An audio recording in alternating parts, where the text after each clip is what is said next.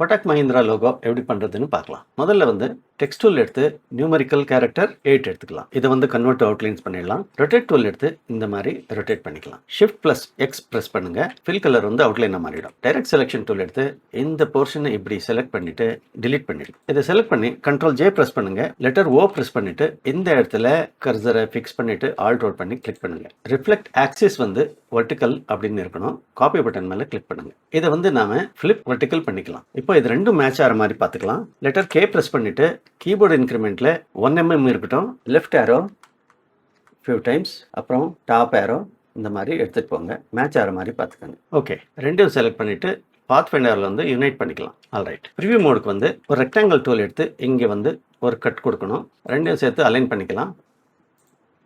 Minus friend பண்ணிக்கலாம். கொஞ்சம் எலாங்கேட்டடாக பண்ணிக்கலாம். இந்த பேஸுக்கும் இந்த பேஸுக்கும் டிஃப்ரென்ஸ் இருக்குது. ஸோ பென் டூல் எடுத்து இங்கேருந்து ஒரு கைடு மாதிரி ட்ரா பண்ணிக்கோங்க. இந்த 8 மாதிரி இருக்கிற கேரக்டர் செலக்ட் பண்ணிவிட்டு லெட்டர் ஆர் ப்ரெஸ் பண்ணிவிட்டு இந்த இடத்துல ரெஃபரன்ஸ் பாயிண்ட்டை ஃபிக்ஸ் பண்ணிக்கோங்க. அதை அப்படியே கொண்டு வந்து இங்கே அட்டாச் பண்ணுற மாதிரி பார்த்துக்கோங்க. இந்த கைடை டிலீட் பண்ணிவிட்டு இது இன்னொரு காப்பி எடுத்துக்குவோம். கண்ட்ரோல் கே ப்ரெஸ் பண்ணிட்டு நட்ஜ் வேல்யூ வந்து 10 செட் பண்ணுங்க. ஆல்ட் ரோல் பண்ணி டவுன் ஏரோ ஒரு தரம் ப்ரெஸ் பண்ணிட்டு ஷிஃப்ட் ரோல் பண்ணி டவுன் ஏரோ இந்த மாதிரி செட் பண்ணிக்கோங்க. ஏன்னா நான் வந்து இங்கே அலைன் பண்ணுறதுக்கு ஈஸியாக இருக்கும். இப்போ வந்து லேசோ டூல் எடுங்க.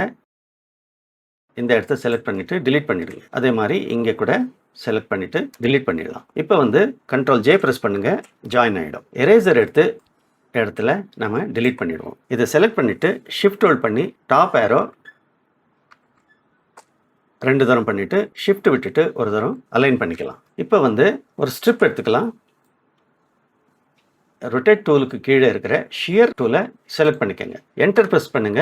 ஷியர் ஆங்கிள் வந்து 32 அப்படின்னு இருக்கட்டும். ஓகே, இது ரெண்டும் குரூப் பண்ணிக்கலாம். ரெண்டும் செலக்ட் பண்ணி அலைன் பண்ணிக்கலாம்.